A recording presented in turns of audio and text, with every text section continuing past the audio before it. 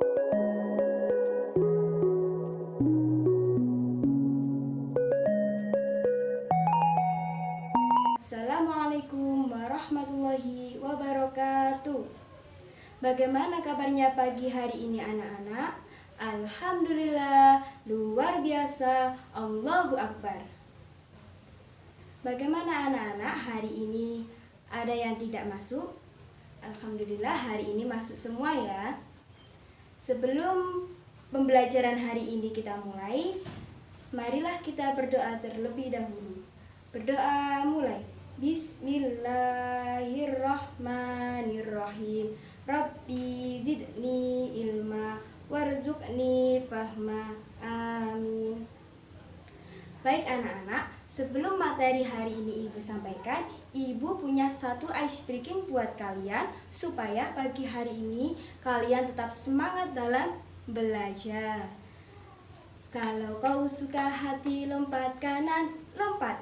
Kalau kau suka hati lompat kiri, lompat. Kalau kau suka hati, mari kita lakukan. Kalau kau suka hati semuanya, lompat, lompat. Baik anak-anak, sekarang giliran kalian ya. 1, 2, 3. Kalau kau suka hati lompat kanan, lompat. Kalau kau suka hati lompat kiri, lompat. Kalau kau suka hati, mari kita lakukan. Kalau kau suka hati semuanya, lompat, lompat. Yeay, tepuk tangan buat kita semua. Materi hari ini adalah tentang ibadah kurban. Tentu anak-anak tidak asing kan dengan kata ibadah kurban. Apa itu ibadah kurban anak-anak? Kapan ibadah kurban itu dilaksanakan? Nah, ibadah kurban berasal dari bahasa Arab qoroba yuqorribu, kurbanan yang berarti mendekatkan. Secara istilah fikih, ibadah kurban berarti menyembelih hewan tertentu dengan niat mendekatkan diri kepada Allah pada hari raya Idul Adha dan hari tasyrik. Nah, anak-anak, apakah sudah tahu kapan ibadah kurban itu dilaksanakan? Waktu pelaksanaan ibadah kurban yaitu tanggal 10 Dzulhijjah dan pada hari tasyrik 11, 12 dan 13 Dzulhijjah. Nah, pada tanggal 10 Dzulhijjah itu kita umat Islam melaksanakan ibadah kurban setelah melaksanakan sholat Idul Adha. Anak-anak, perintah untuk melaksanakan ibadah kurban terdapat dalam surat Al-Kautsar ayat 1-3. Bismillahirrahmanirrahim. Inna a'toinakal kautsar fasholli lirabbika wanhar. Inna syani'aka huwal abtar. Yang artinya inna a'toinakal kautsar, sesungguhnya kami telah memberikanmu nikmat yang banyak. Fasholli lirabbika wanhar, maka dirikanlah sholat dan berkurbanlah. Inna syani'aka huwal abtar, sesungguhnya orang-orang yang membencimu dialah yang terputus. Selanjutnya anak-anak, hewan apa saja yang dapat dijadikan untuk berkurban? Tentunya hewan tersebut haruslah halal. Tapi tidak semua hewan halal loh anak-anak dapat dijadikan untuk berkurban. Yang dapat dijadikan untuk berkurban yang pertama adalah domba atau kambing. Yang kedua sapi atau kerbau. Yang ketiga adalah unta. Jadi kalau ayam kan halal ya anak-anak. Kalau dibuat untuk berkorban apakah boleh? Tentu tidak boleh. Yang hanya bisa dijadikan sebagai hewan kurban itu ada 3. Yang pertama domba atau kambing. Yang kedua sapi atau kerbau. Yang ketiga adalah unta. Nah, sekarang syarat binatang kurban. binatang yang akan kita jadikan hewan kurban haruslah memenuhi syarat. Syaratnya apa saja anak-anak? Yang pertama, binatang tersebut sehat dan gemuk. Jadi kalau binatang kurus tidak boleh karena tidak memenuhi syarat. Yang kedua, hewan tersebut tidak sakit. Hewan tersebut harus sehat. Kalau hewan tersebut sakit maka tidak boleh digunakan untuk berkurban.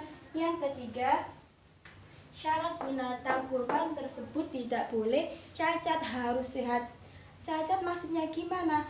Hewan tersebut tidak boleh pincang, tidak boleh buta, tidak boleh berpenyakitan. Hewan tersebut haruslah sehat. Pokoknya syarat-syarat orang yang berkurban. Orang yang berkurban harus beragama Islam, merdeka, balik, dan menyediakan hewan kurban tanpa menghutangnya. Apa anak-anak syarat orang yang berkurban? Yang pertama, haruslah beragama Islam. Yang kedua, merdeka. Yang ketiga, balik. Dan yang terakhir, dapat menyediakan hewan kurban tanpa berhutang. Sekarang, hewan kurban tadi kan ada 3. Hewan kurban ada 3.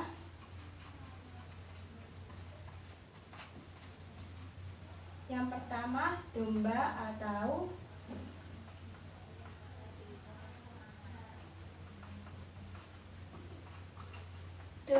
atau kambing ini untuk berapa orang? Hanya untuk 1 orang. Kalau sapi dan unta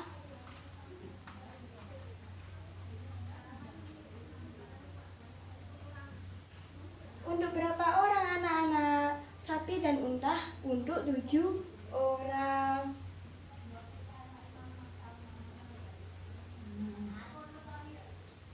Baik anak-anak, materi telah Ibu sampaikan semua ya pada pagi hari ini, pada pertemuan ini. Sekarang Ibu minta buat kalian untuk merangkum materi yang telah Ibu sampaikan. Nah, setelah materi kalian rangkum, nanti akan Ibu koreksi.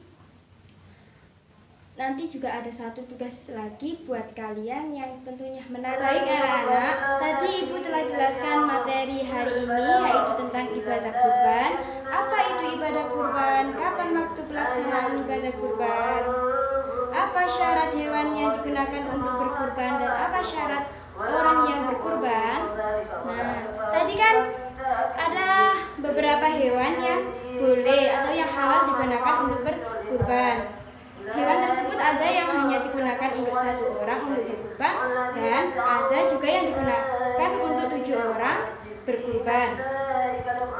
Tugas hari ini yaitu 1 bangku nanti Ibu kasih 1 kertas yang berisikan nama hewan.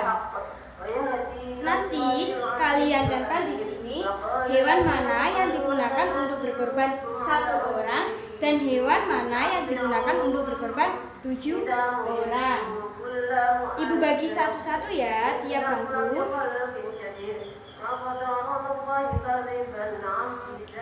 Semua kertas telah ditempel oleh setiap bangku.